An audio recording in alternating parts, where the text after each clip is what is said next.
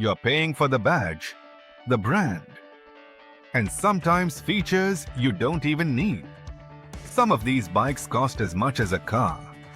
But after a few months, many riders start to realize it wasn't really worth it. So in this video, I'm going to show you something different. Not the most expensive bikes, not the most hyped bikes, but the touring bikes that are actually worth your money. If you're planning to buy a touring bike, this video might save you thousands. Because I'm not just listing bikes. I'm breaking down which ones make sense and which ones don't. Let's be honest. Touring bikes are built for comfort, long distance, and power.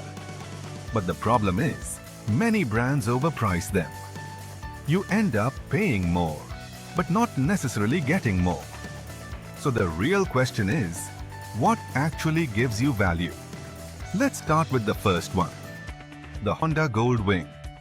This is one of the most iconic touring bikes ever made. And yes, it's not cheap. But here's the difference. It actually delivers what you pay for.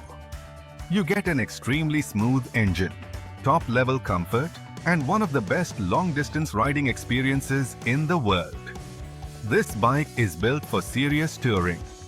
Long rides feel effortless. And unlike many expensive bikes, you're not just paying for the name. You're paying for real performance and real comfort. If you want a premium touring bike that actually justifies its price, this is one of the safest choices. Next, the Yamaha Tracer 9 GT. This bike proves something important. You don't need to spend crazy money to get a great touring bike. You get advanced electronics, excellent handling, and a comfortable riding position. But most importantly, you get it at a much more reasonable price. This is not a show-off bike. This is a smart buyer's bike. If you want performance, comfort, and value, this is one of the best options on the market. Now let's talk about the Suzuki V-Strom 1050. This one is not flashy. It's not the most exciting bike. But it's one of the most practical. You get a strong and reliable engine, good long-distance capability, and a lower cost of ownership. And this is important. It's built to last. This is the kind of bike people buy when they actually ride, not just to impress others. If your focus is reliability, durability, and real-world performance, this is a very solid choice. Next is the Kawasaki Versys 1000. This bike sits in a very nice middle ground. It's not too expensive and not too basic either.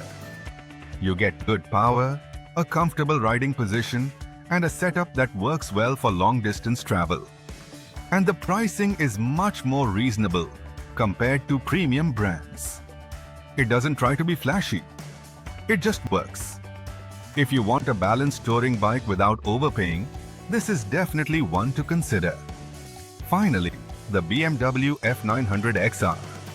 Now, BMW is known for expensive bikes, and some of them are definitely overpriced. But this one is different. You get a mix of sport and touring, good technology, and a premium feel. But without going into extremely high price territory like the bigger BMW models. This gives you the BMW experience without completely draining your wallet. And that makes it one of the few BMW touring bikes that actually make sense. Now here's the truth most people don't tell you. The most expensive touring bike is not always the best one. After a while, you won't care about the brand name, the image, or what other people think. You will care about comfort, reliability, and whether it was worth your money. And that's where most people get it wrong. If you're buying a touring bike, don't just look at the price. Look at the value. Because a cheaper bike that performs well is always better than an expensive bike you regret. If you want more real, no-nonsense breakdowns like this, subscribe to the channel. I'll help you understand what's actually worth your money and what's just hype.